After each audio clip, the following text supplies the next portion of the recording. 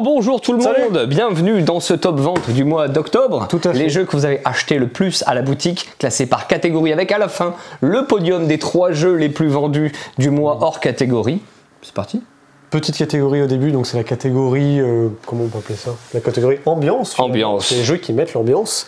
On a, hop, comme d'habitude, le Cracklist. Toujours agréable de l'avoir celui-ci. Et très content de voir Shadow House Masquerade, un petit jeu qui vient d'arriver de chez Blue Orange, qui est très efficace si vous aimez tous les jeux un peu rôle caché, genre loup-garou.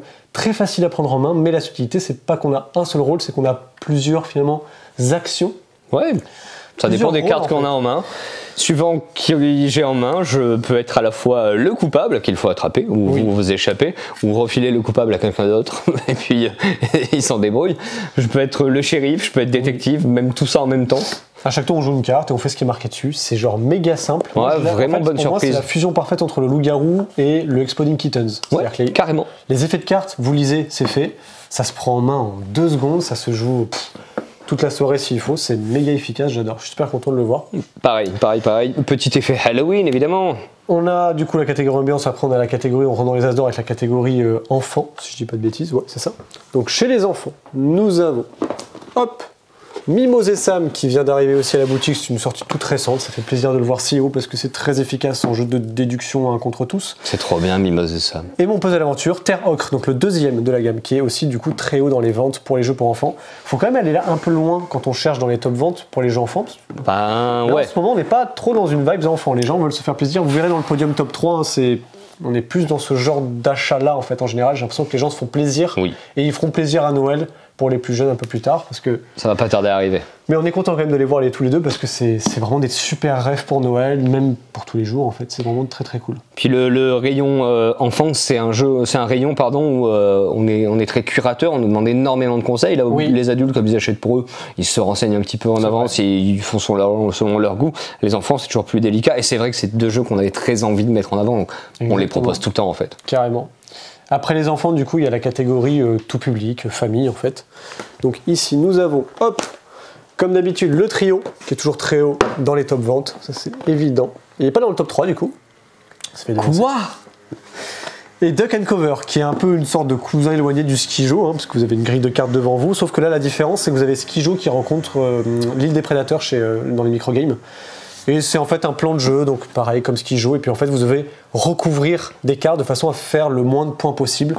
C'est assez efficace finalement dans sa proposition, puis pour 2 à 7 joueurs, c'est une belle proposition si vous voulez offrir à quelqu'un qui aime beaucoup le Skijo, vous pouvez lui offrir Duck and Cover parce que c'est tout aussi efficace, mais c'est pas pareil tout en étant un peu identique. C'est assez étrange. Oui, c'est la bonne alternative, C'est comme une tu le belle dis bien. proposition, en tout cas. On joue tous en même temps, il n'y a pas de temps mort, et ça c'est quand même très agréable Ça, pour c'est un très jeu de chouette. ce style.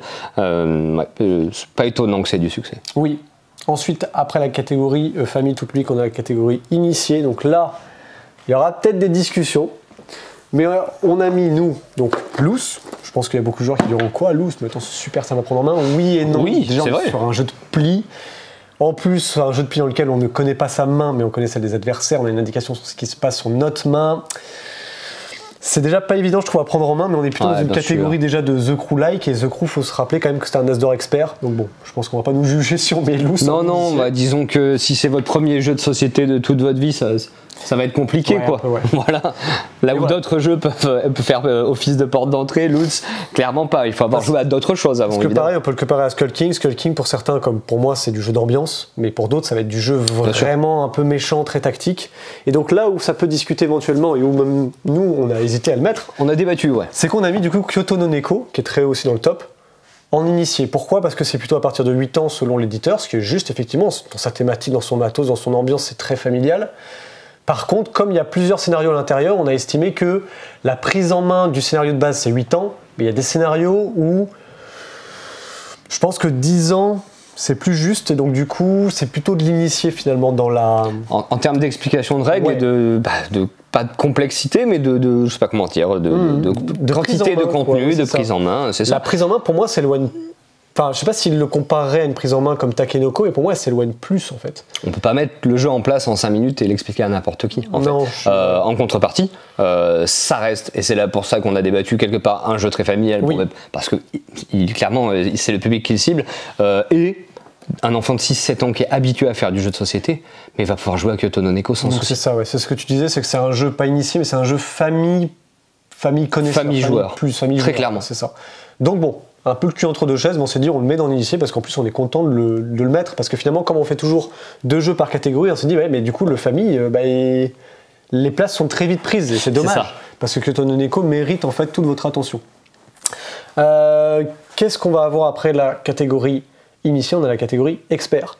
On est monté loin quand même dans les experts parce que. On n'a pas vendu beaucoup d'experts ce mois-ci, Mais par contre, c'est des très belles boîtes. Parce que alors qu'il y avait quand même des belles sorties. très content de voir ceci.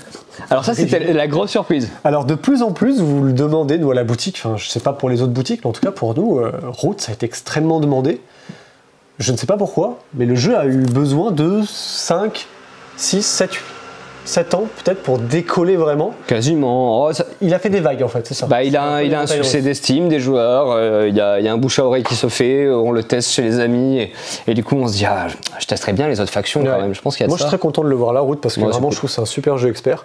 Et par contre, hop, à l'inverse, on a une nouvelle, une nouveauté tout de suite qui vient d'arriver, le dernier Clank, donc Clank Catacombe aussi, qui était très haut dans sa catégorie finalement dans les ventes pour le coup. Voilà, catégorie expert faite, ça va en général très vite. Ensuite on enchaîne sur, alors on va faire peut-être un peu de place, je sais pas si on peut lui mettre, parce que Route il va tout cacher, c'est pas très grave. Hop, voilà, je vais mettre des trucs devant Route. Ensuite, après la catégorie expert, la catégorie 2 joueurs, si je dis pas de bêtises, très très beau top vente de joueurs je trouve. Oui. Avec, comme d'habitude, de manière aussi très heureux très de les évidente. voir. Et Focus qui Toujours est dans le top quasiment vente. tout le temps dans Mais le il top n'est pas tout le temps dans le top 3. Ouais. Là, je crois qu'il était top 5, 6. Oui, c'est ça, ouais. De la Et boutique au global. Suivi, très content de Naishi. Oh là là Qui, là si là vous ne là connaissez pas, Naishi est un super jeu à 2. Notamment pour les amateurs. En tout cas, moi, j'y ai retrouvé des sensations de Fantasy Realms. Donc, si vous aimez Fantasy Realms, si vous aimez Red Rising, les jeux de combo de cartes, franchement, Carrément, Naishi hein. pour 2 joueurs, c'est hyper efficace, c'est super bien édité. C'est subtil, c'est élégant, il y a peu de règles et pourtant les parties C'est tendues, mais tendues. C'est hyper efficace. Vous pouvez l'essayer sur BGA si jamais vous n'y avez jamais joué. L'adaptation, le portage BGA est parfait. En premium, BGA, faut avoir un compte. Ah, autant pour moi, Non, désolé. Tout le monde n'a pas un compte. Ensuite, les catégories coopératives. Donc, coopératives, on retrouve très souvent les unlocks, parce que dès qu'un unlock sort pendant 3 mois, il est toujours au top vente. Là, c'est encore le cas. Je sais pas s'il est top 7, lui, je pense pas. Il a dû se faire devancer par d'autres jeux.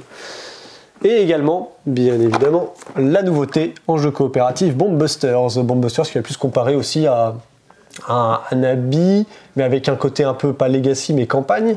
Oui, c'est ça, 66 scénarios évolutifs, Ouais. des règles qui changent, ça va devenir forcément de plus en plus tendu. Jeu de déduction, il y a un côté aussi un peu taille bon, finalement, un jeu de déduction, mais il faut là pour le coup, Dans la couper thématique, les bons fils, en fait.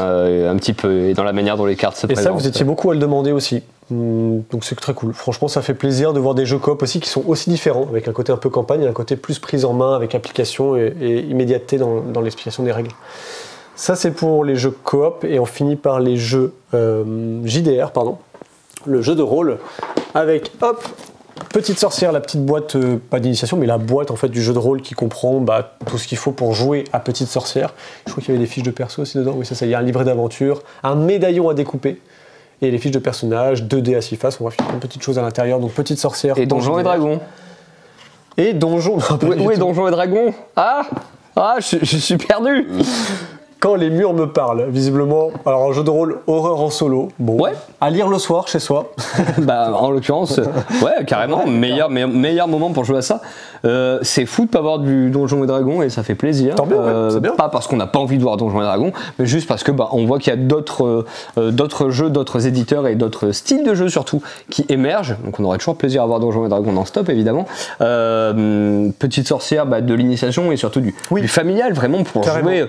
Évidemment, idéalement, parents-enfants, c'est un peu le produit parfait pour ça, le jeu parfait pour ça, et quand les mères me parlent, du jeu de rôle solo, quelque chose qui pouvait paraître invendable peut-être à une certaine époque, et c'est devenu une habitude. On a des clients qui sont passés en disant, on a vu dans votre vidéo qu'il y avait le nouveau des Fondations de l'Imaginaire, Oui. il est là, il est là, et les gens viennent le chercher, donc ça c'est vraiment une très bonne surprise, c'est très agréable de voir ça en boutique. Donc ça, c'est tous les top ventes par catégorie. Maintenant, on va passer au top vente, mais le trio gagnant en fait de ce mois d'octobre. Nous voici au podium. Yes. Qu'y a-t-il sur le podium? Alors, top 3. Nous avons Seven Wonders Duel. Évidemment.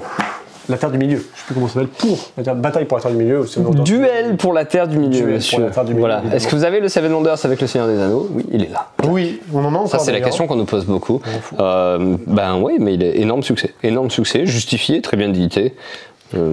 C'est une bonne refonte, hein, faut le dire. Oui, finalement, ouais. Alors, honnêtement, ce qui déjà pousse un peu déjà à l'achat, enfin, moi je trouve les illustrations déjà de base qui sont. Ouais, là, Monsieur Dutré a mis la barre très très haut. Parce que bon, souvent, nous on a vu beaucoup de jeux passer avec Dutré et souvent on n'en pouvait plus. Et celui-là, il est, c'est magnifique. Ouais.